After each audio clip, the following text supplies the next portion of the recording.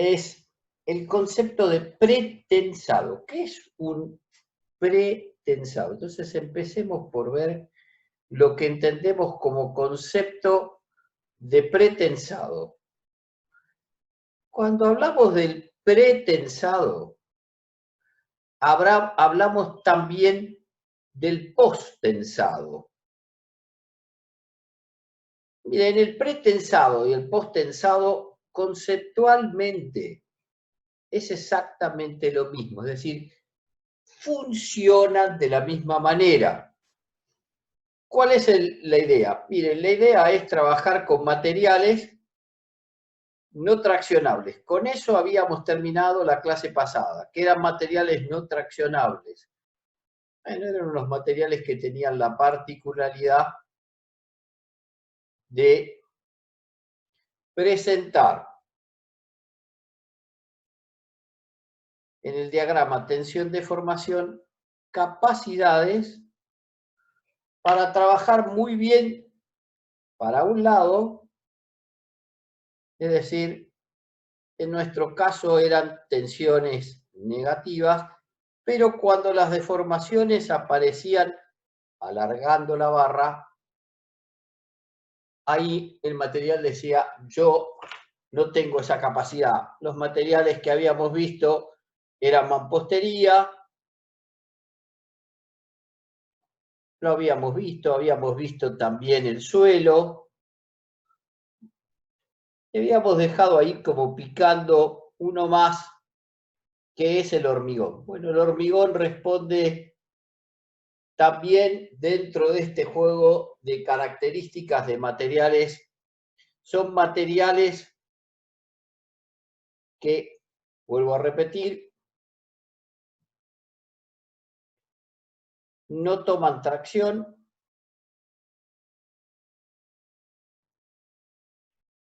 y por ende tienen la característica de, al no tomar tracción, ser materiales frágiles, donde aparezca la presencia de tensiones a tracción, estos materiales, ante esa incapacidad de tomarlo, bueno, lamentablemente se van a fisurar.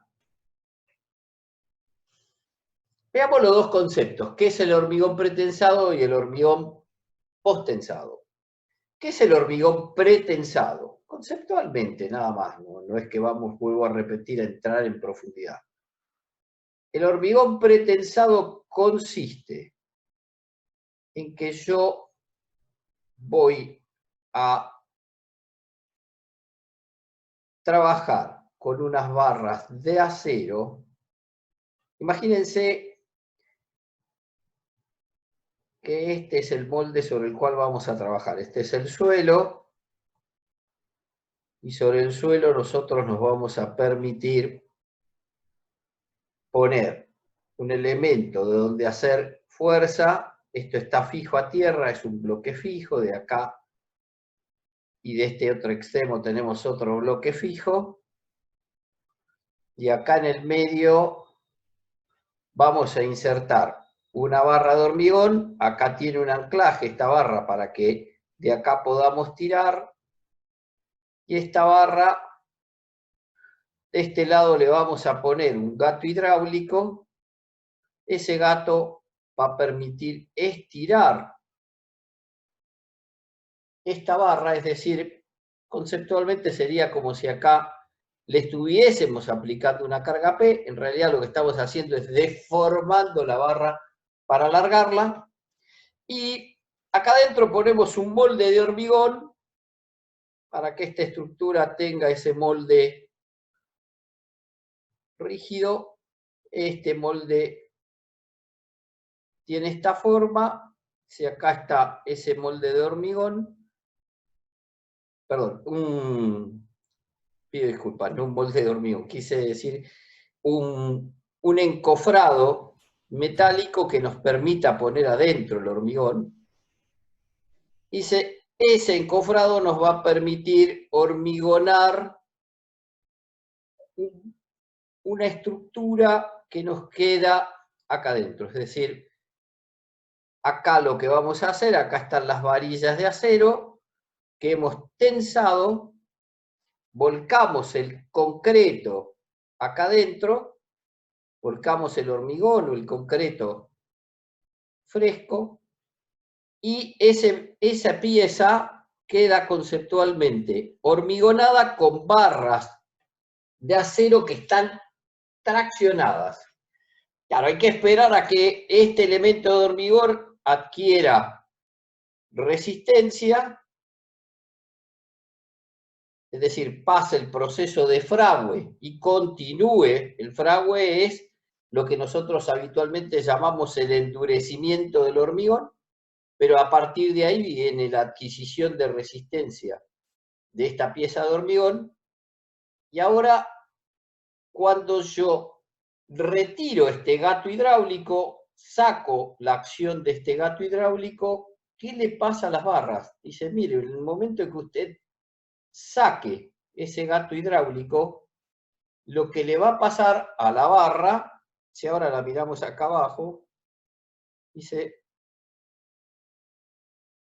acá tengo la pieza que yo quería, y ahora esas barras, acá está la barra de acero, estos suelen ser cables de alta resistencia, lo que le va a pasar es que, producto de quitar la acción de ese gato que estiraba la barra, ahora nos queda una estructura de esta manera. Es decir, nos queda una estructura de hormigón, pero ahora miren, esa estructura de hormigón está cargada, todavía no entró a obra, simplemente está en el proceso de fabricación, pero desde lo conceptual, ¿cómo está cargada? Dicen, miren, está cargada con dos cosas.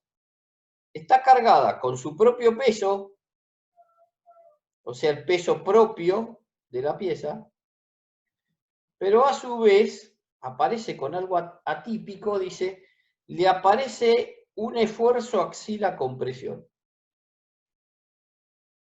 Y uno dice, ¿y para qué le mete ese esfuerzo? Ahora lo vemos. Si usted entendió la mecánica de lo que estamos haciendo, para que ustedes puedan apreciar esto, si alguna vez tuvieron la oportunidad de ver alguna casa que se fabrica con viguetas, las viguetas tienen precisamente esa condición. Dice, esas viguetas que uso para armar el techo, que son viguetas y ladrillones, esas viguetas vienen con barras de acero que han sido previamente tensadas, es decir, deformadas axilmente. ¿Cuál es el concepto al revés ahora? El hormigón post-tesado, es decir, la diferencia entre uno y otro radica en qué momento le aplico a las barras la acción de estirarlas, post-tesado. Bueno, es muy parecido al anterior.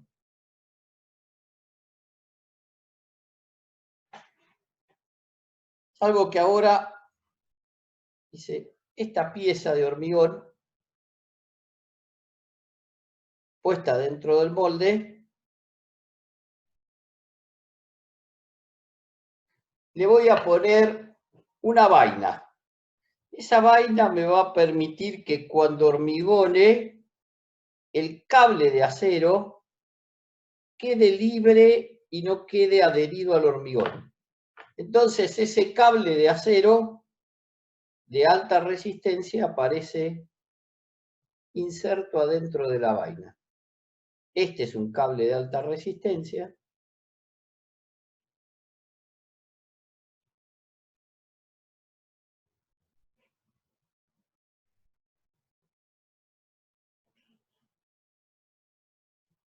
Acá está la vaina.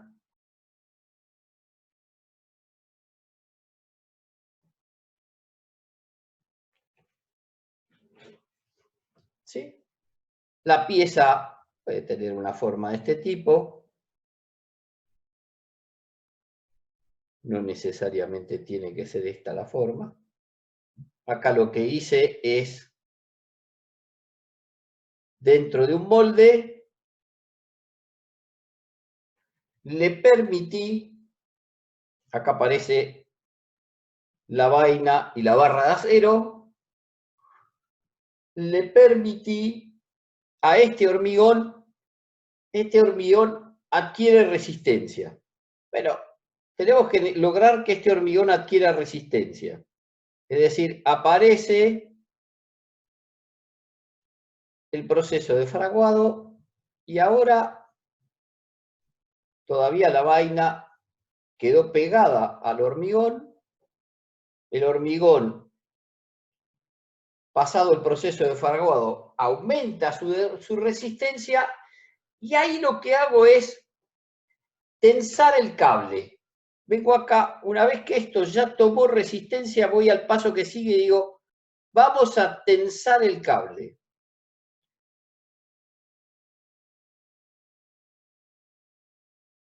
Entonces, en el momento en que procedo a tensar el cable, conceptualmente, acá está apoyado sobre el piso, donde fabriqué la pieza, y ahora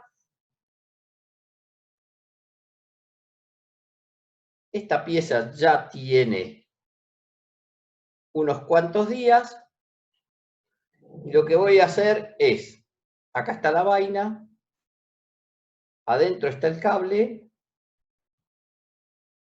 Ahora, de este lado al cable le voy a dar un anclaje. Este se lo suele llamar anclaje pasivo porque no trabaja. Es decir, por acá no vamos a estirar.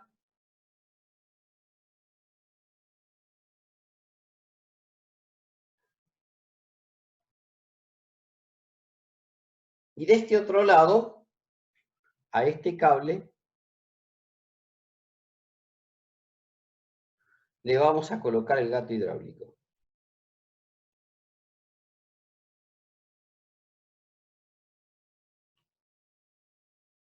Es decir, vamos a tirar de acá. Una vez que le dimos la resistencia al cable, o sea, le provocamos la deformación necesaria, lo que pasamos es a generar de este lado, sacamos el gato y generamos un anclaje activo.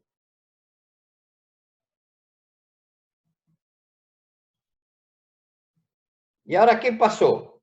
Dice, bueno, mire, ahora lo que sucede es que ahora le quedó una estructura otra vez cargada con una fuerza P.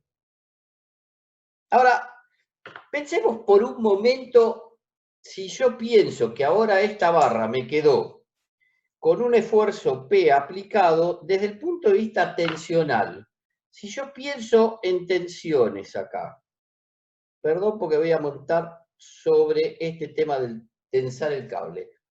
Pero ¿qué pasó? Dice, mire, del lado de abajo aparecen tensiones a compresión y del lado de arriba, todavía dentro de un margen pequeño, aparecen tensiones a tracción.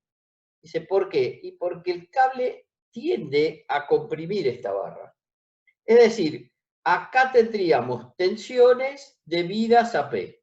Estas tensiones debidas a P traen en la parte de arriba un pequeño efecto de tracción.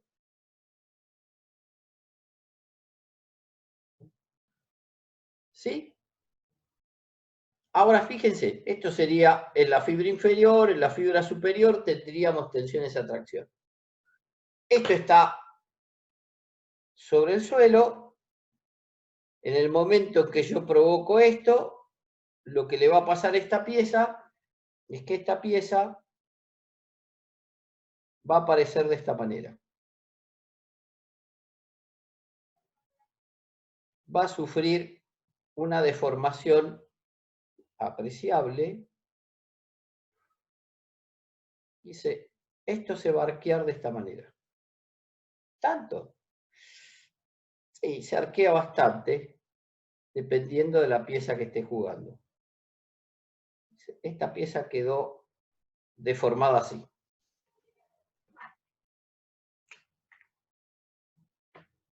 ¿Estamos hablando de ambos casos o solo del post? En los dos, en los dos. Vuelvo a repetir, el concepto es el mismo. Ya te voy a mostrar unas fotos como para solamente ilustrar, este no es nuestro problema, simplemente que, si te acordás, esto es lo que trabajamos al final de la clase pasada. Y me dejé este chiche para tratarlo de trabajar hoy. Pero en los dos casos esto se va a arquear. ¿Sí? Dependiendo del tamaño de pieza, vos lo vas a lograr apreciar visualmente o no. Vas a ver ahora en una pieza de gran tamaño cómo se aprecia. Lo vamos a tratar de mostrar. Lo que pasó con este cable es que acá le metimos una fuerza P acá y una fuerza P acá.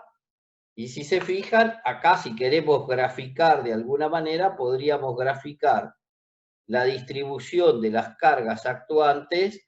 Dice, las cargas actuantes, la única carga actuante hasta ahora es el peso propio de la pieza.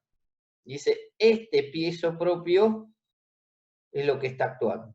Quiere decir que al diagrama que teníamos antes, que era el diagrama, este diagrama que teníamos, debido a la acción del cable, al tensar el cable, dice, ahora le deberíamos sumar un diagrama que si a esto lo llamamos peso propio, dice, este diagrama va a tener esta forma, dice, esa flexión pura, va a aparecer un diagrama de este tipo, dice, de este lado va a seguir respetando los signos para el lado que va, de este lado aparece negativo debido al peso propio y de este lado aparece positivo. Negativo, positivo, dice, el resultado final que nos queda en este sistema es un diagrama donde aparece acá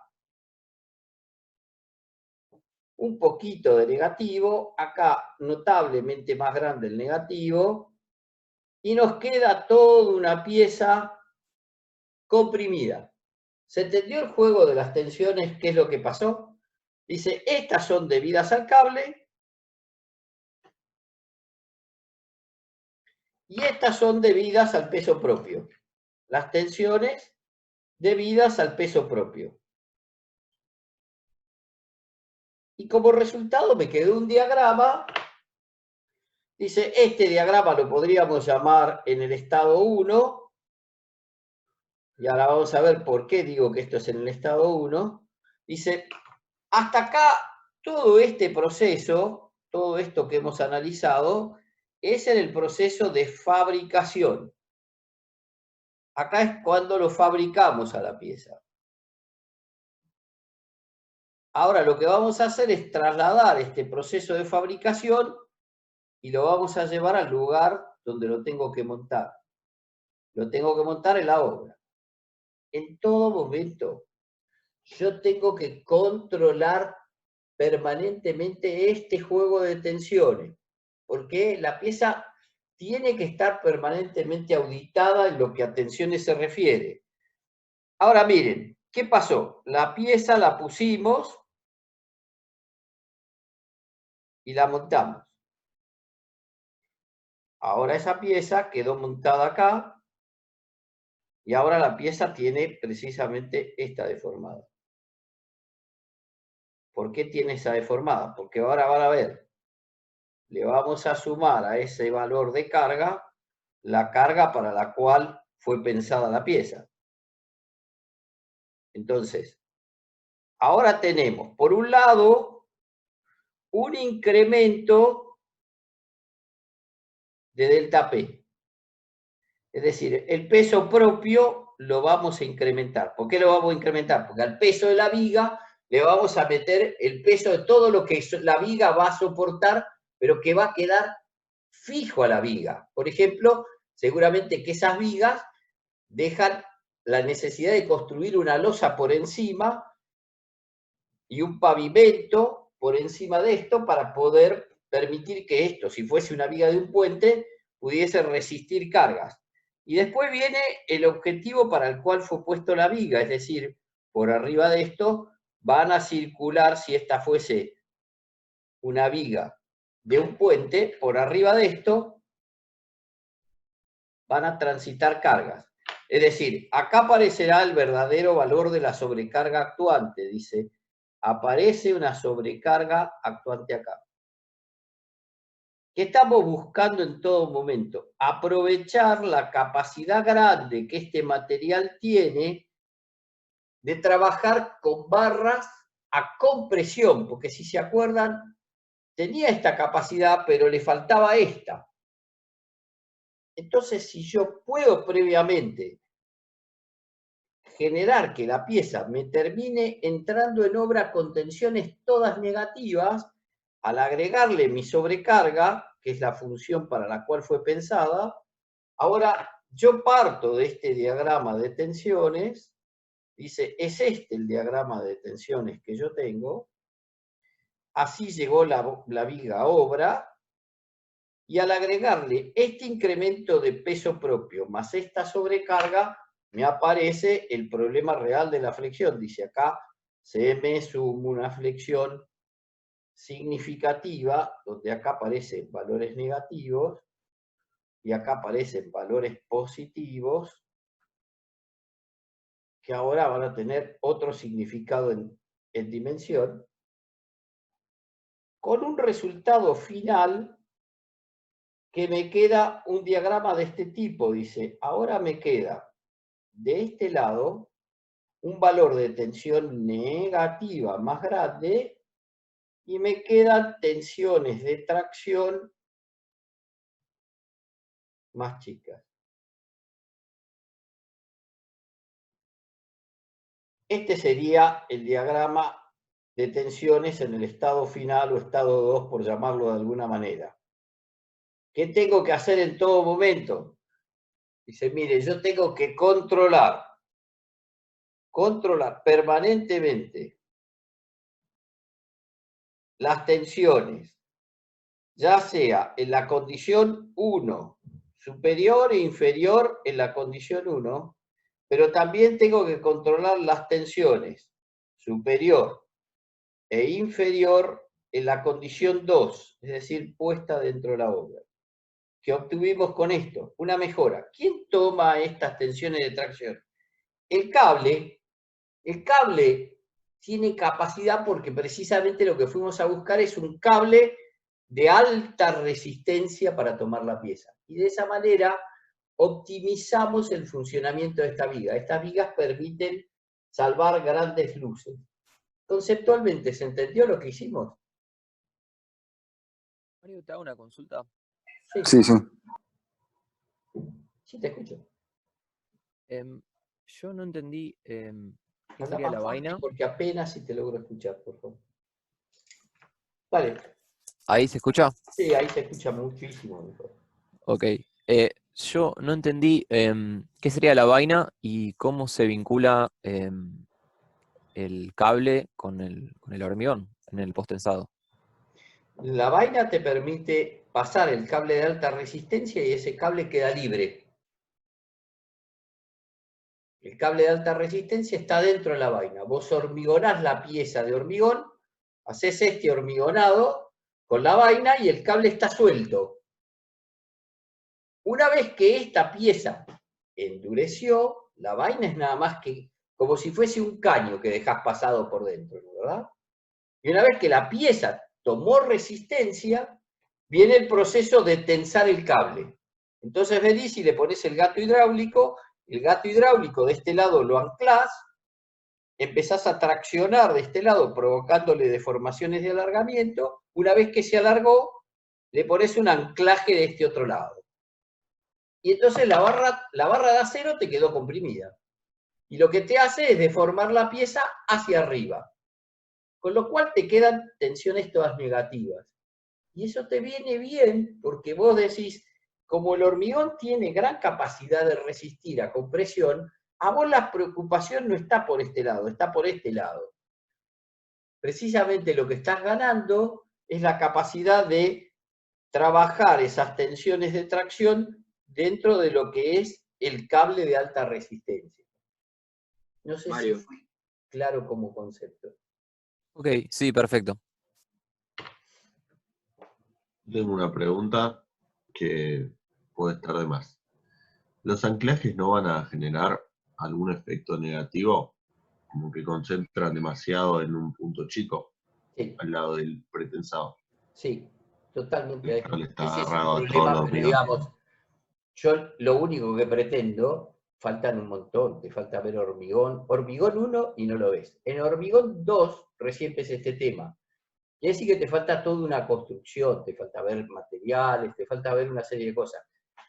Pero desde lo conceptual de los diagramas de tensiones, lo que suma, lo que resta, cómo actúa, sí se puede entender. Es decir, es simplemente una aproximación, no pretende otra cosa. Yo lo que pretendía de alguna manera era mostrarles, esto lo tomé para que ustedes tengan una idea, a ver si se puede llegar a ver.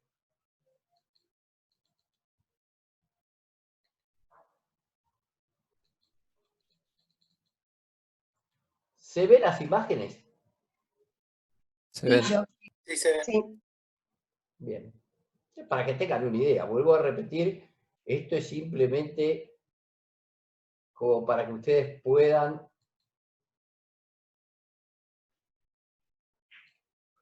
Miren, acá está el molde.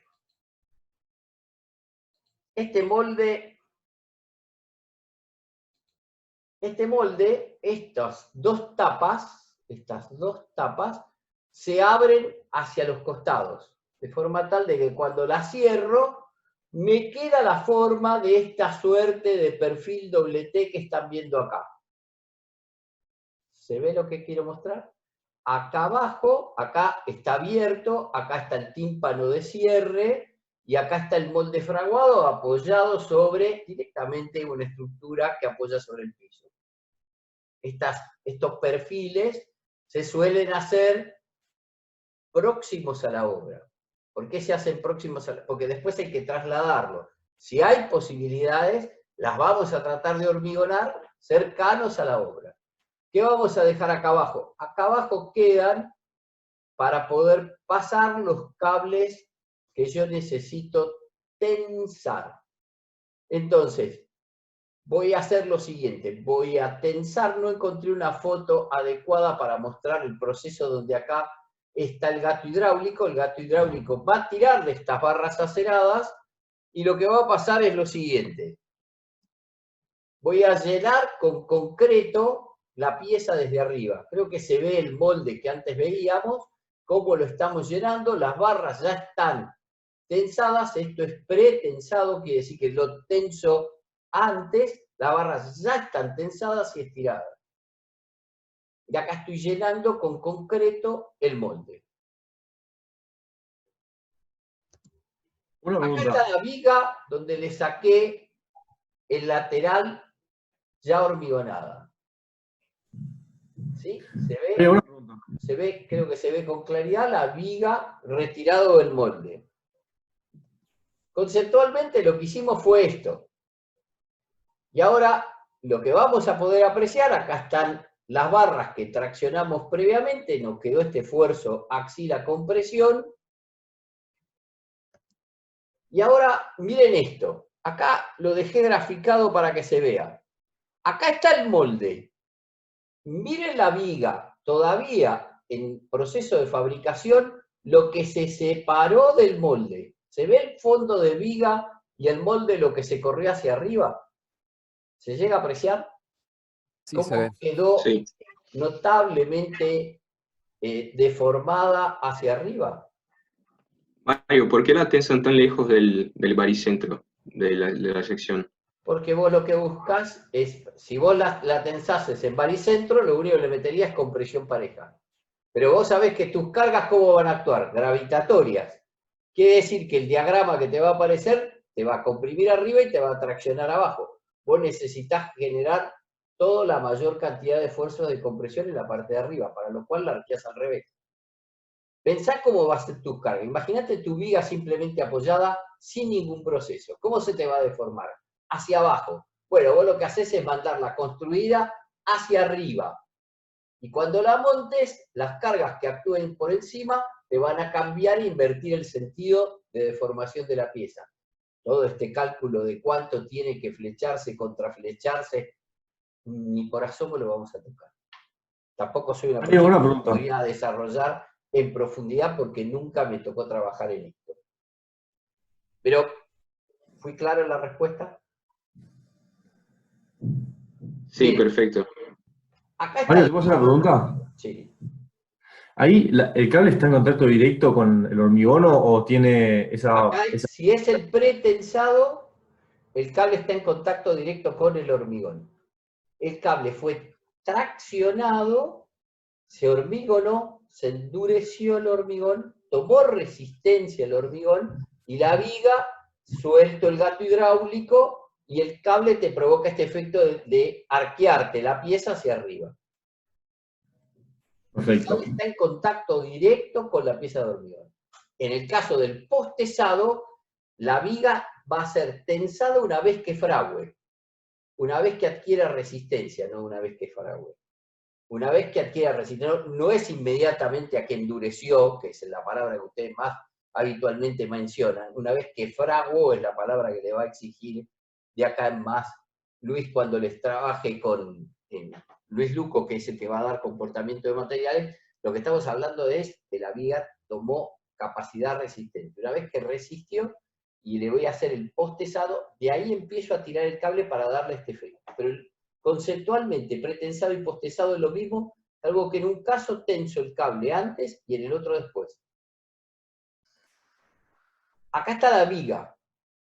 La viga, uno de los problemas que tiene la viga, que son como vigas de grandes luces que se preparan para tal, tiene el inconveniente del transporte, porque no es fácil transportarla porque son vigas de grandes luces. Entonces acá se ve, en esta imagen, se ve cómo lo transportan con 2 carretones.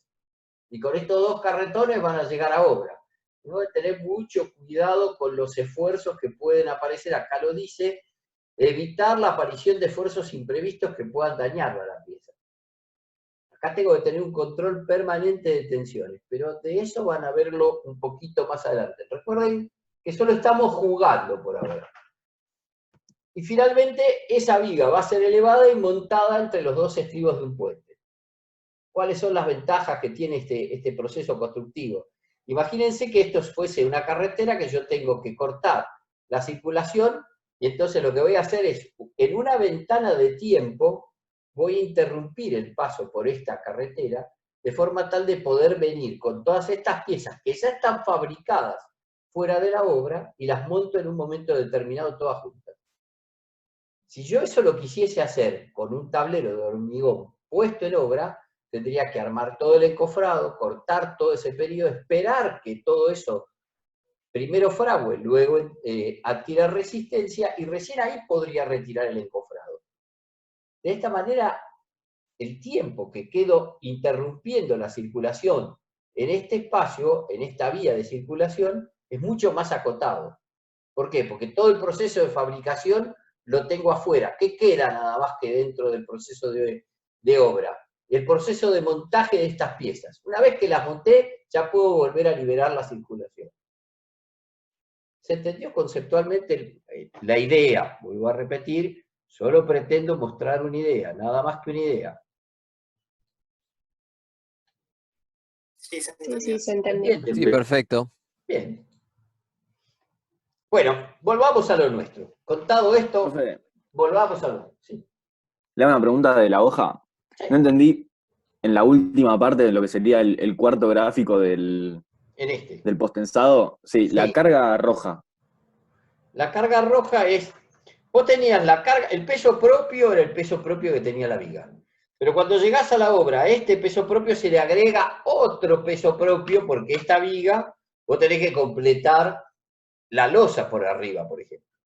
La carpeta, la carpeta asfáltica, lo que vaya arriba lo tenés que terminar. Y eso es peso que va a quedar fijo a la estructura. Quiere decir que se le va a agregar un peso adicional que va a quedar permanente. Pero después lo que aparece como rojo es la sobrecarga. La sobrecarga son los vehículos circulando por arriba, si esto es un puente carretero. Si es un puente ferroviario, el paso del tren. Esa es la sobrecarga. Y mi función está crear este puente para que la sobrecarga pueda pasar. ¿Se entendió la idea de sobrecarga? ¿Qué vamos a hacer ahora? siguiendo con la línea de esto de los dos materiales, porque ya en la clase pasada empezamos a trabajar con esto de tener dos materiales. En realidad teníamos uno solo, pero lo cierto es que yo podía pensarlo como que tenía dos materiales, pues tenía un material que respondía con un signo y otro que respondía con otro signo. Es decir, atracción trabajaba bien, compresión no. Pero ahora hagamos una cosa, hagamos una viga que esté compuesta. ¿Y qué es una viga compuesta? Dice, mire, una viga compuesta es aquella que uno arma con más de un material concreto. Por ejemplo, ¿qué es una viga compuesta? Dice, una viga que esté armada con dos materiales, podría ser una viga de dos metales,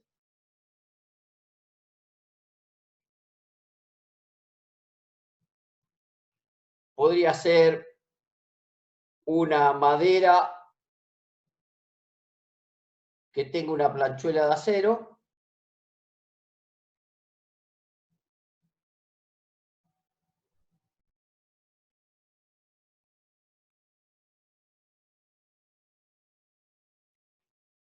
puede ser un tubo que esté recubierto con plástico,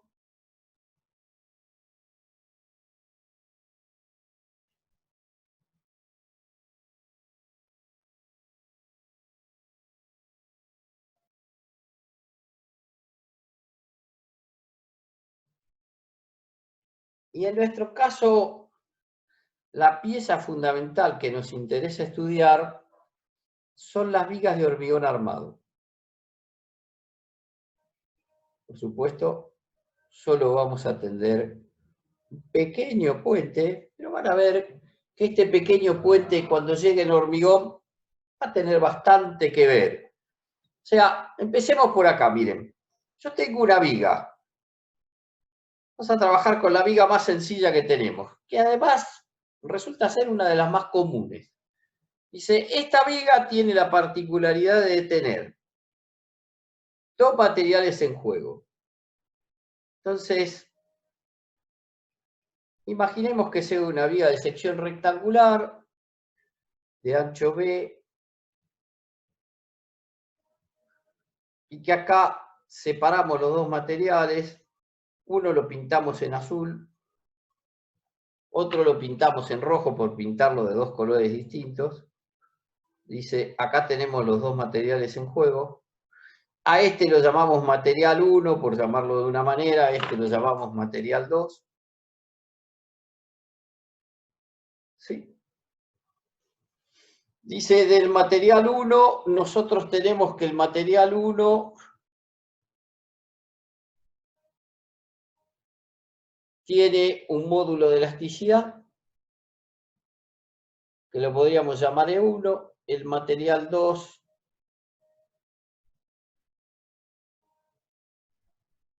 tiene otro módulo de elasticidad distinto al anterior, para que desde el punto de vista teórico se entienda, vamos a aceptar que el módulo de elasticidad de 2 es mayor que el módulo de elasticidad de 1, y vamos a poner acá la relación entre esos módulos. Más adelante va a ser un valor que vamos a trabajar con esta relación. Van a ver que esta relación va a ser importante. Vamos a aceptar, por ahora, sí, en todo momento dentro de esta materia válida, esta hipótesis, la que llamamos hipótesis de Bernoulli-Navier. Esa hipótesis se verifica, o sea, lo que podríamos decir que se verifica, para pasarlos a nombres claros, es la hipótesis de secciones planas. Lo que decimos es que esto, cuando deforme, va a deformar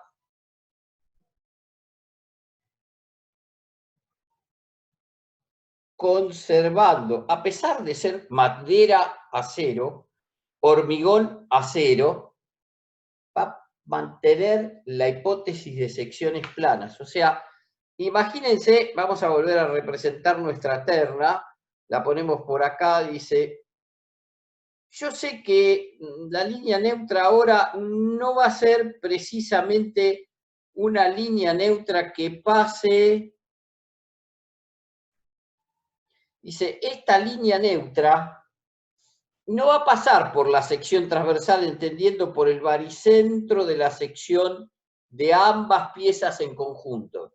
Dice, esa línea neutra, o eje neutro, no pasa por la sección transversal, no pasa por el baricentro, no pasa, para que quede grabada la idea, por el baricentro de la sección transversal. Bueno, nos tenemos que ocupar de ver por dónde pasa. Todavía no sabemos, porque ahora se nos juntó dos materiales. Entonces tenemos que buscar por dónde pasa. Eso no lo tenemos. Es parte del proceso que vamos a tratar de desarrollar. Entendiendo que lo que estoy pensando es, si yo cruzo las dos diagonales, no es ese baricentro el que va a entrar en juego. Voy a tener que buscar cuál es el baricentro. Entonces, esto me quedó dividido, decíamos, en dos distancias distintas. Esto es de 1, esto es de 2. Y lo que yo podría mostrar, si este es el eje Z, es que si yo miro la pieza, imagínense que acá dibujo un pedacito de la viga. Dice, acá está la viga cortada.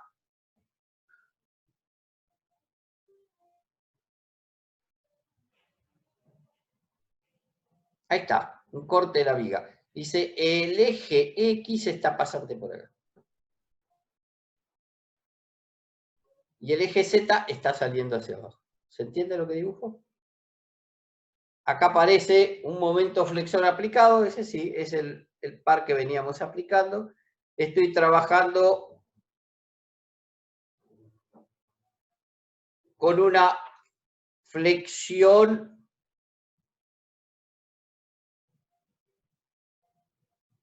a esta altura ya lo deben saber, simple porque no es compuesta, recta porque no es oblicua, qué vivo que es, siempre ponen simple recta, porque trabajo con esto, la más fácil para empezar. ¿Qué le pasa a este material? Dice, mire, lo que sabemos es que si es cierto que se cumple la hipótesis de Bernoulli-Navier, se cumple secciones planas, esto va a deformar de forma tal de que las fibras que estén por arriba deforman acortando longitud, las que estén por debajo aumentan longitud. Dice, estas deformaciones van a ser positivas, estas deformaciones van a ser negativas, y dice, y este podría ser tomado como la representación de las deformaciones en la dirección del eje X.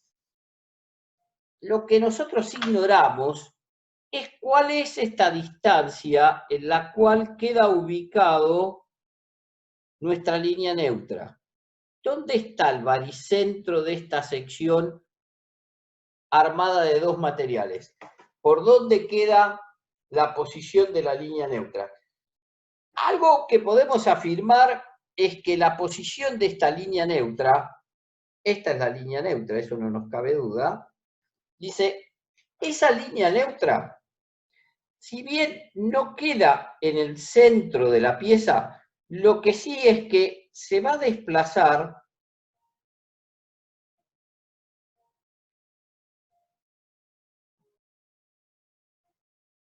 hacia el material que presente mayor módulo de elasticidad.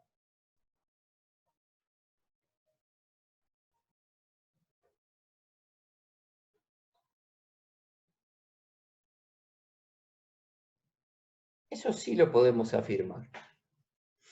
Claro, cuando pienso en tensiones, el problema es que ahora si yo quiero graficar tensiones, tengo que tener cuidado porque va a parecer que las tensiones que entran en juego, dice, para esta posición sabemos que la tensión es nula. Arriba tenemos el material 1, al que hemos tomado con un módulo de elasticidad, acá lo adoptamos, este material tiene menor módulo de elasticidad. Dice, bueno, este diagrama de tensiones es un diagrama de tensiones así, lineal, que llega hasta esta posición. Dice, este es mi diagrama de tensiones.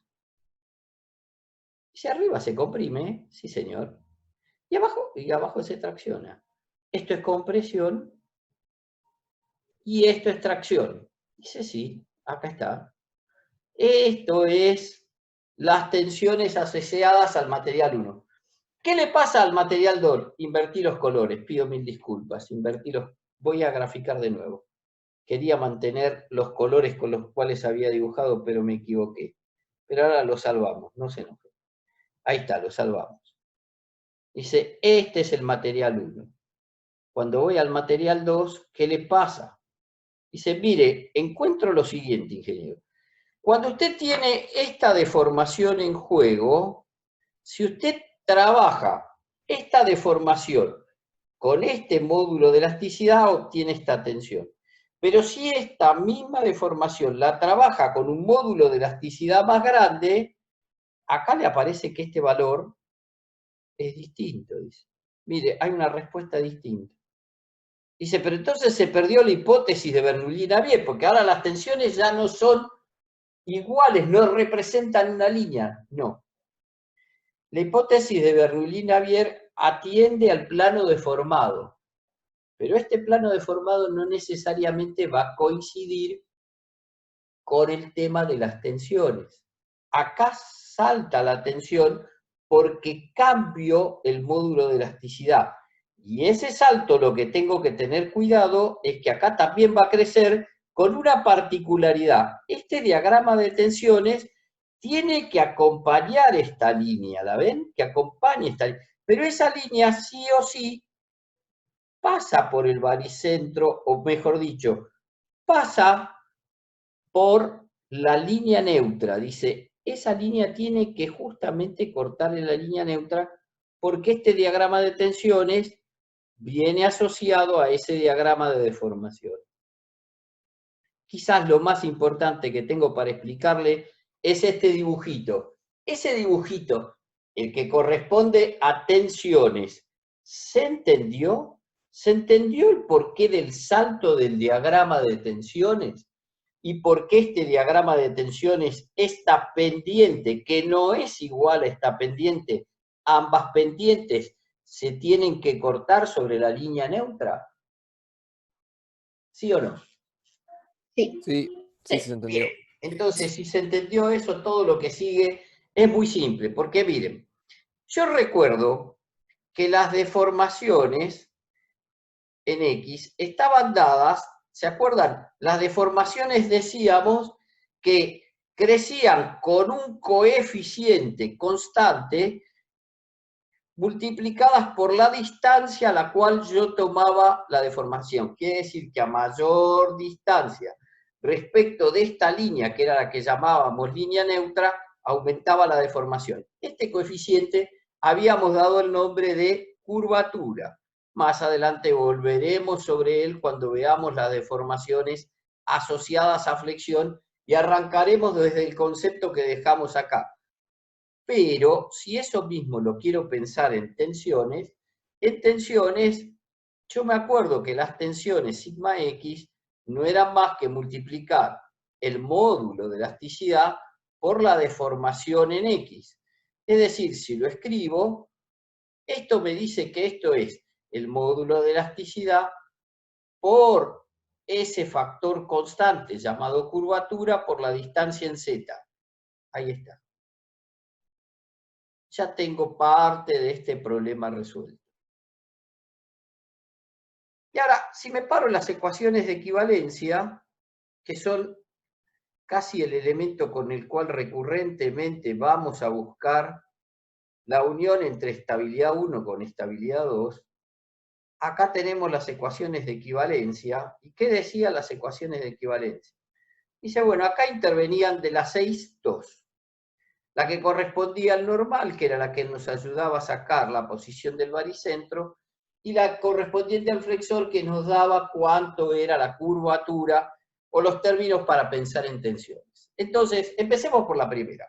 ¿Qué decía la primera? Decía que el normal resultaba ser de, si yo multiplicaba las tensiones sigma X por un diferencial de área, obtenía un pequeño valor del diferencial de normal, pero que si lo integraba a lo largo de todas las áreas, obtenía el total del normal existente. Claro, normal en esta pieza, atento que es una flexión simple, normal no hay. Y ahora, ¿cuál es la dificultad que se me presentó? Que cuando quiero escribir esta expresión, tengo dos tensiones en juego, la que corresponde al material 1 con la que corresponde al material 2. Dice, bueno, no es tan difícil, lo que podemos hacer es separar. Dice, vamos a separar, vamos a trabajar las tensiones sigma X que corresponden al material 1 y por acá le vamos a agregar las tensiones que corresponden al material 2. La suma me tiene que seguir dando 0. Lo que yo decía era que había separado en 2 este proceso de integrar. ¿Por qué lo separé en 2? Porque tenía dos materiales en juego. Y ahora venía a reemplazar con este término. Donde ahora tenía que tener cuidado porque el E no era el mismo a lo largo de toda la barra. La curvatura, es decir, lo que gira la pieza, sí ese valor es constante. Entonces, yo lo que voy a hacer es poner la curvatura que multiplica. Y ahora me aparece, el valor de E1 es constante a lo largo del material 1, estoy reemplazando esto acá adentro, y lo que me queda es la integral extendida a lo largo del área 1 de Z diferencial de A.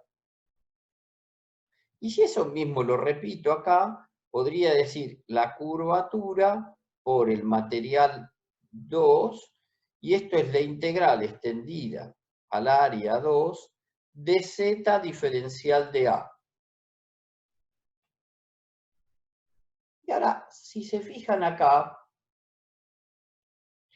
acá me apareció una expresión que acá me está hablando de un estático, ¿no es verdad?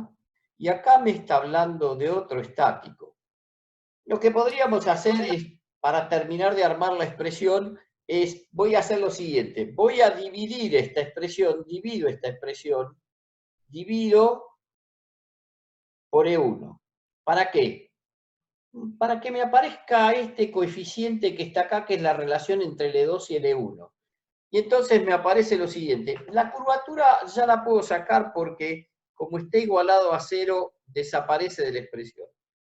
Y me queda entonces una expresión que dice 0 es igual al momento estático del área 1 respecto de la línea neutra.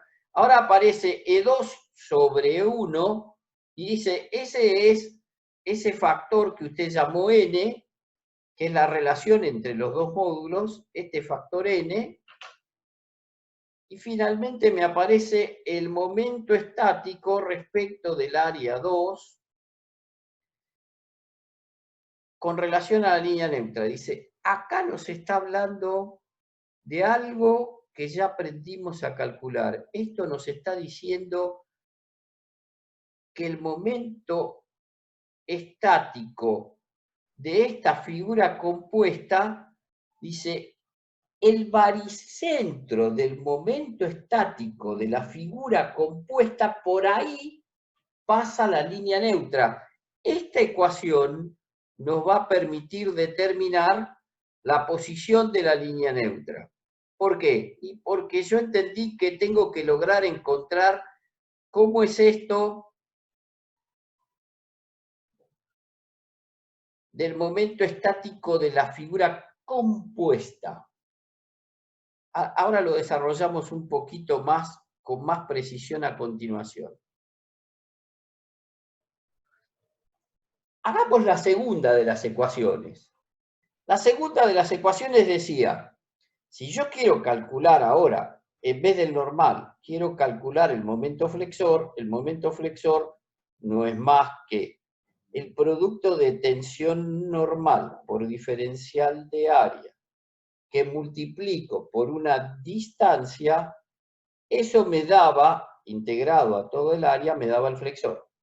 Claro, acá vuelvo a tener otra vez el mismo problema que tuve antes. Tengo dos materiales. Entonces lo que voy a hacer es separar las acciones en dos. Voy a trabajar con las tensiones asociadas al material 1, o si quieren, si me permiten, vamos a ir reemplazándola. Digo, miren, va a ser E1, reemplazo las tensiones. E1, la curvatura es común a las dos, sí señor.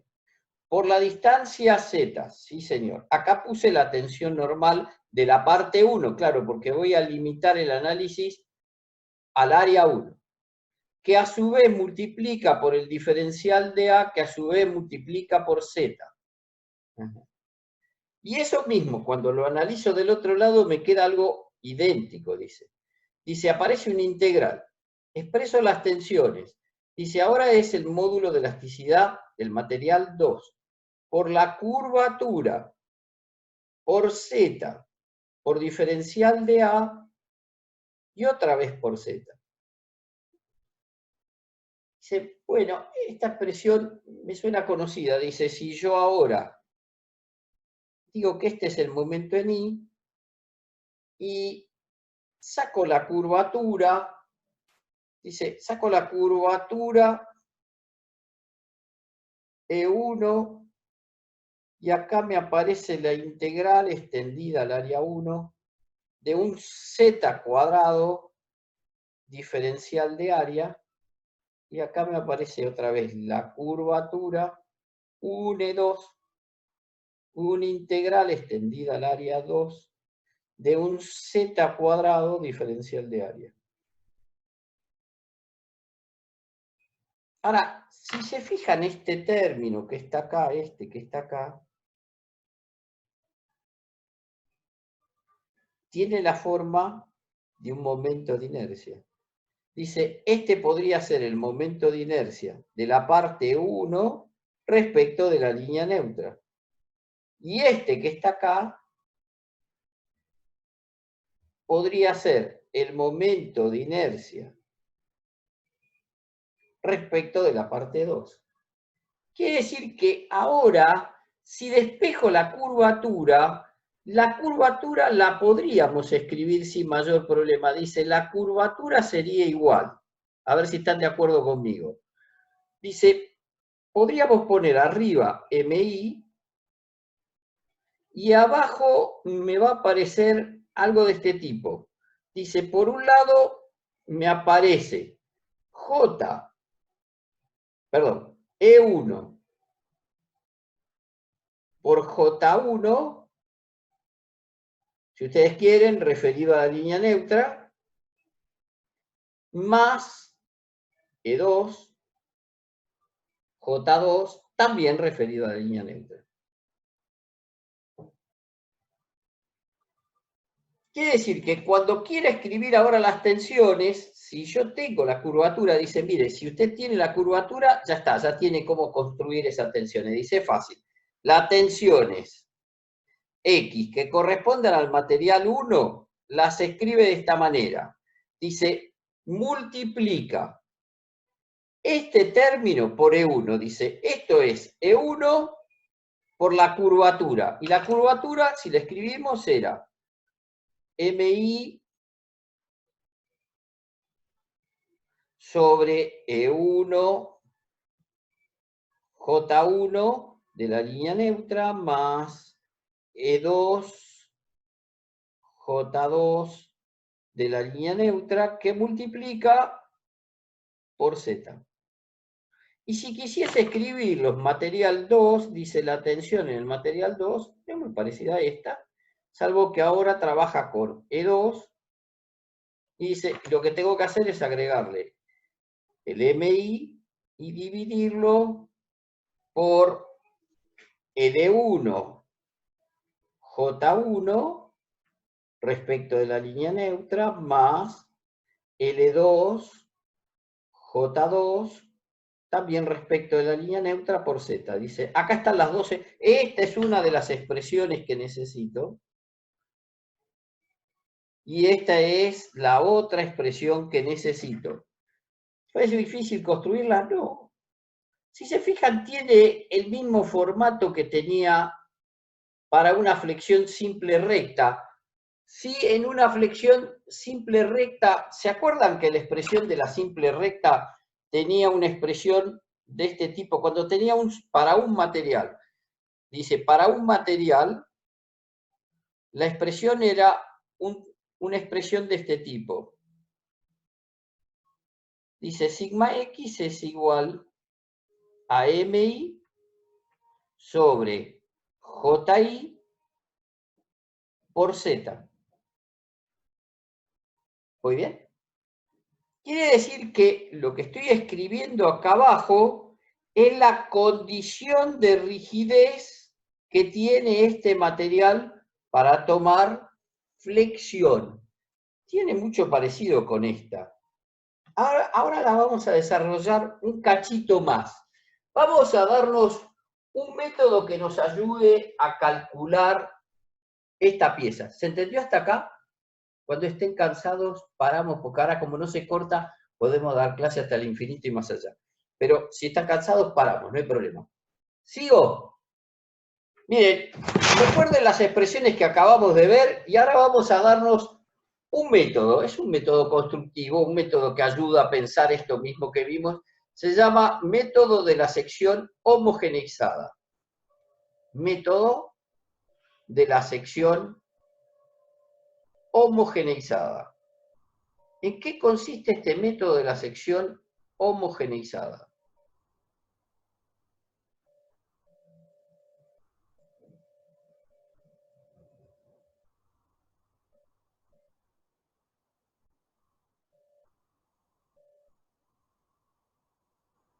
Se miren, yo tenía dos materiales. Según lo que vimos hasta ahora, yo tenía dos materiales. De los cuales arriba tenía el rojito. Dice, este era el que llamamos material 1. Y este era el material 2 que teníamos acá abajo. Dice, este es el material 2 en juego. Habíamos encontrado que por acá, todavía no logramos descubrir bien dónde era, pero por acá estaba la línea neutra, acá estaba el eje Z. A esto le aplicábamos un momento flexor por acá. Y lo que encontramos es que esta era la línea neutra, todavía no sabemos por dónde pasa esa línea neutra. Entonces, ¿recuerdan lo que habíamos dicho? Era que el material 2 lo tomábamos mayor que el material 1. Podía ser que fuese así. Y ahora, ¿qué voy a hacer? Miren, lo que voy a intentar en todo momento es este concepto simple. Voy a convertir todo a un solo material. Ese es el concepto de la sección homogeneizada. ¿Qué pasa si hago que todo trabaje como si fuese el mismo? Dice, bueno, ahora, ¿se acuerdan este n que habíamos dicho de que tomar E2 sobre 1? Dice, este es el coeficiente que nos va a permitir homogeneizar una sección con otra. Este se lo conoce entonces como coeficiente de homogeneización. Término complicado hasta para escribir. Homogenización.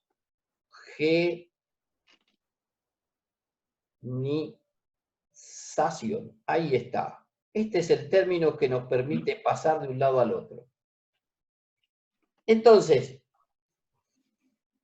¿qué vamos a hacer? Y le vamos a agarrar una cosa. Vamos a, respetando el material 1,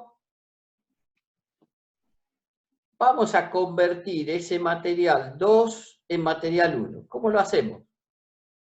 Dice, como tiene un módulo de elasticidad más chico, más grande, lo que vamos a hacer es aumentar la sección. Lo que no tenemos que cambiar la relación de distancia respecto de la línea neutra. No, eso no lo podemos cambiar. Lo que vamos a hacer es entonces ensancharlo. ¿Cuántas veces lo ensanchamos? N veces. Ahí está, lo ensanchamos N veces. Y ahora convertimos esto, todo esto que era material 2, nos quedó aumentado N veces respecto del anterior. Por acá pasa mi eje Y, por acá pasa mi eje Z. Dice, acá está. ¿Sí?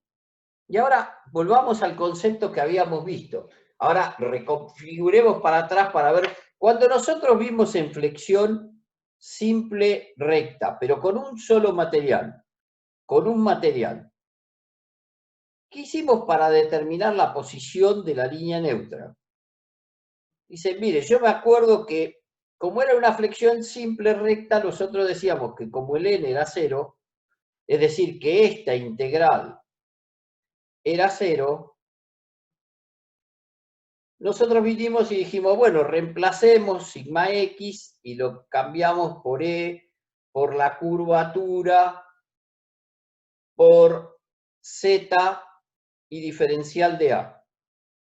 Después dijimos, claro, pero el E y la curvatura se salen fuera de la integral.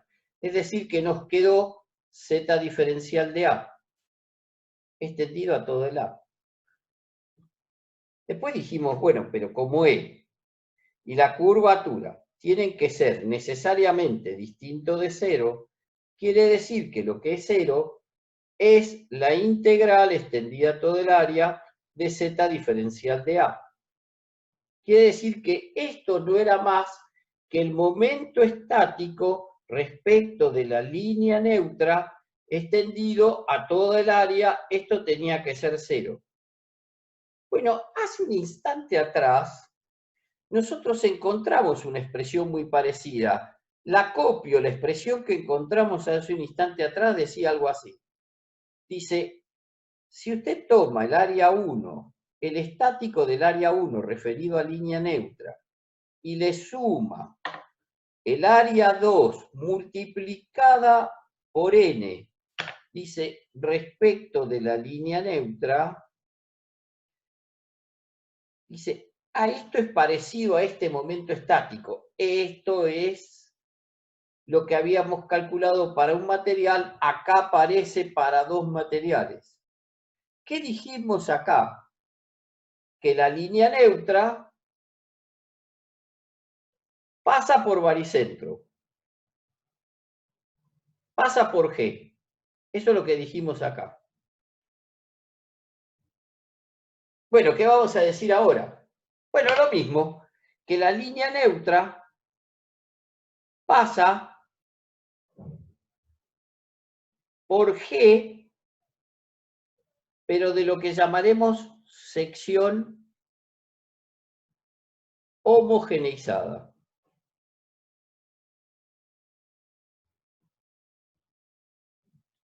Ahora hacemos un pequeño, chiquito ejercicio para que nos ayude a entender cómo es esto, porque si no es muy difícil de por ahí comprenderlo. Ahora, convertí todo esto en un solo material y puedo determinar la posición de la línea neutra. Sí, lo puedo hacer sin mayores problemas.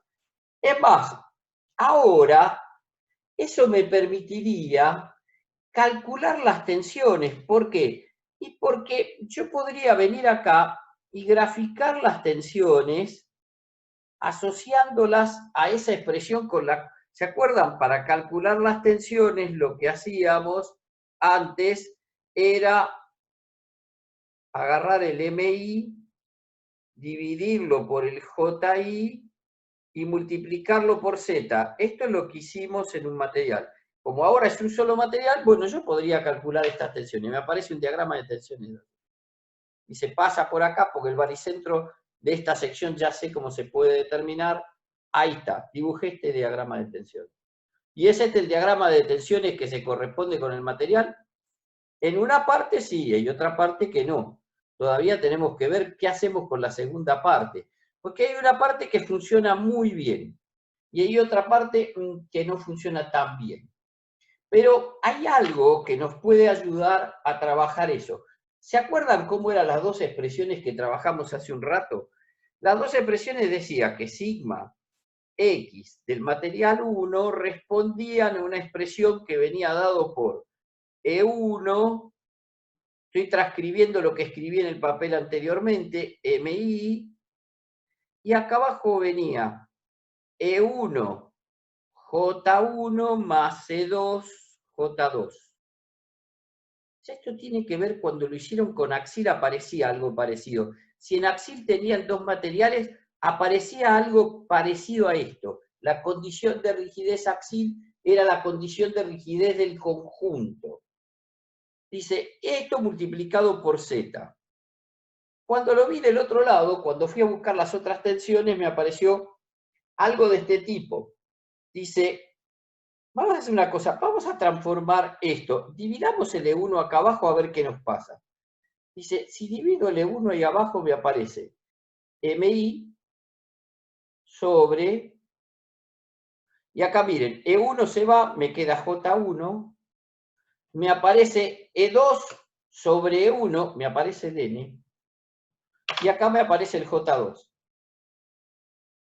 Con lo cual, acá estoy aproximándome a este J. Salvo que este J es el J de la sección, de toda la sección homogeneizada, multiplicada por Z.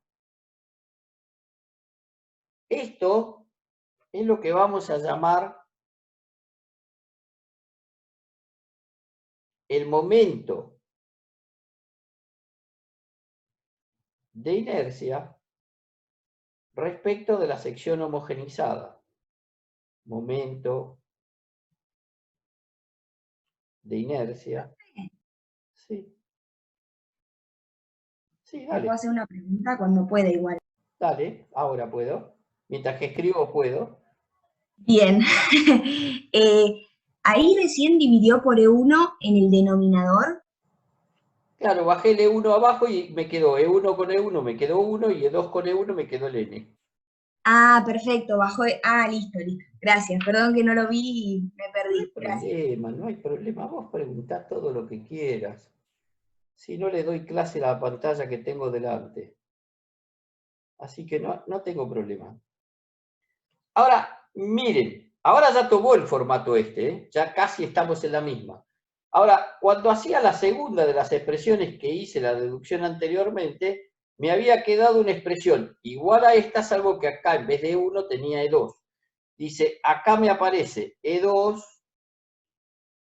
por MI sobre E1 J1 más E2 J2 y por Z. Esta fue la que trajimos, que habíamos deducido hace un instante atrás. Ahora miren, si yo quisiese generar acá abajo este momento de inercia de la sección homogeneizada, tendría que dividir arriba, multiplicar arriba por E2 y dividir por E2 para que mantenga esa relación. Y ahora me aparece lo siguiente. Perdón, por E1. O sea, multiplico y divido por E1. Multiplico y divido por E1. Con lo cual me aparece acá, al dividir por E1, me aparece N. Vamos a dejarlo escrito porque si no, seguramente que no se va a entender. Esto es E2, pido disculpas. Dividido E1. Lo divido por MI. Y acá abajo, trabajo con E1. Acá me quedó J1 más E2 dividido E1 por J2. Y todo esto lo tengo que multiplicar por Z. Quiere decir que este término, que es uno de los términos que más me interesan, fíjense qué apareció. Dice, esto lo podríamos resumir así. Sigma X 2 va a ser igual a N Y acá me aparece lo siguiente, me aparece MI, abajo me aparece el J de la homogeneizada por I. Perdón, por Z. ¿Se entendió? Este término que está acá, este que está acá, es este que está acá. Entonces, si se entendió eso, observen la clave de lo que aparece acá. Dice,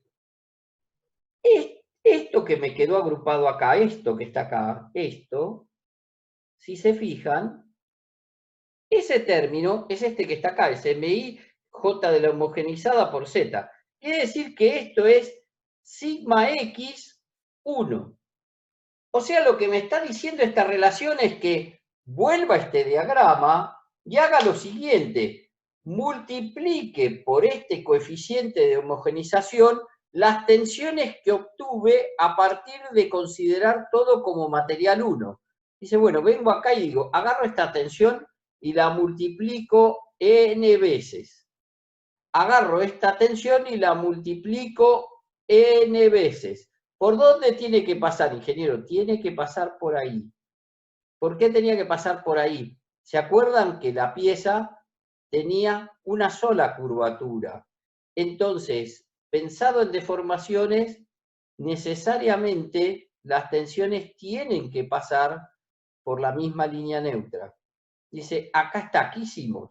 Dice, mire, lo que hicimos fue agarrar a las tensiones sigma x1, que fueron las que teníamos acá, esta es la que habíamos determinado, y calcular las tensiones sigma x2 multiplicándolas por este coeficiente de homogeneización a las tensiones que teníamos calculadas previamente con 1. ¿Se entendió el procedimiento?